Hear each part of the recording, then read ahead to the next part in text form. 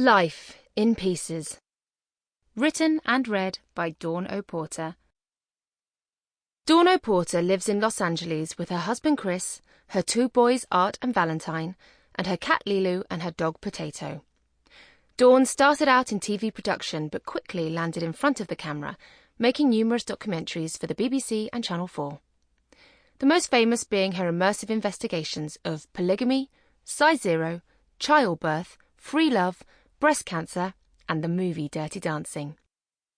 Dawn is now a full-time Sunday Times best-selling author of 7 books who, at the time of writing, never leaves the house.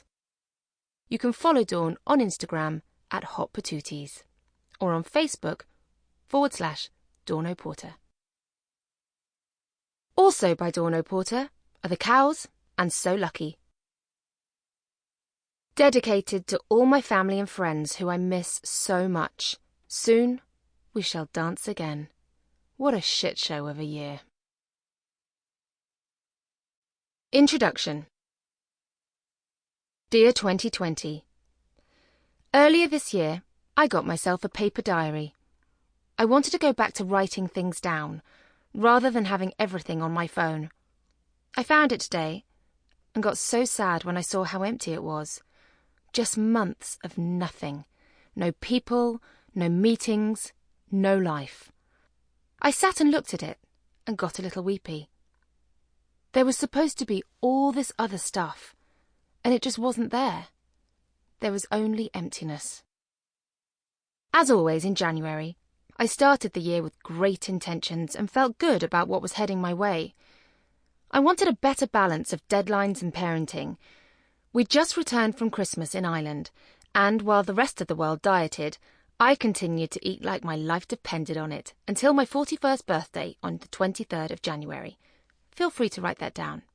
It's always my most greedy month, because as soon as New Year is done, I get into birthday mode. I celebrate a lot every year. Multiple dinners and events. I've always been the same. Delighted to reach another age, excited to be healthy and generally happy. My birthday passed and I remained committed to making small improvements to my life, none of which involved more exercise, less food or smaller measures of tequila. But I had deleted Instagram from my phone, lasted a week. I'd started to search for a therapist to iron out the many creases that form by the time you hit your 40s. All in all, I was ready to continue to ride through this decade with a margarita in one hand and novels spouting from the fingers of the other. As Chris and I rose from the swamp of having babies, we wanted to party more, dance more, write more and fuck more. Everything was on track for life to become really fun. I'd waft drunkenly through my 40s, hosting parties in our garden, wearing vibrant caftans, living off tequila and weed gummies. That was how it was going to be. Until that one Saturday morning, when I woke up and everything went dark. My friend Caroline Flack took her own life on the 15th of February. She was my funniest friend. It broke me. I remain unfixed. One of the worst things I could imagine happening had happened. All plans stopped. My 40s were off. This isn't a book about Caroline, what happened to her or why. But to understand my emotional experiences of lockdown, you need to know how it began. I was grieving, and in a pretty terrible way. I quit Twitter. I refused to read the tabloids, or even listen to negativity.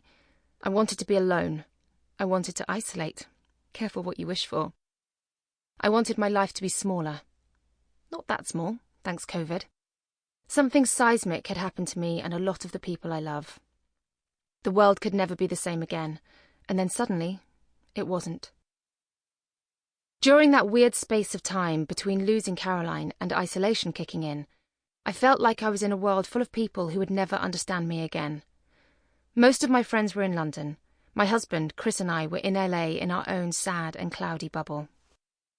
I felt a million miles from home, but was also terrified of ever returning to London for the emotional memories it would throw at me. Caroline is embedded into those streets. How could I ever walk down them without screaming? As the world started to change, it felt like it was all connected. When I flew back to Los Angeles from London after the funeral, the borders were literally closing behind me. I was surrounded by people in masks.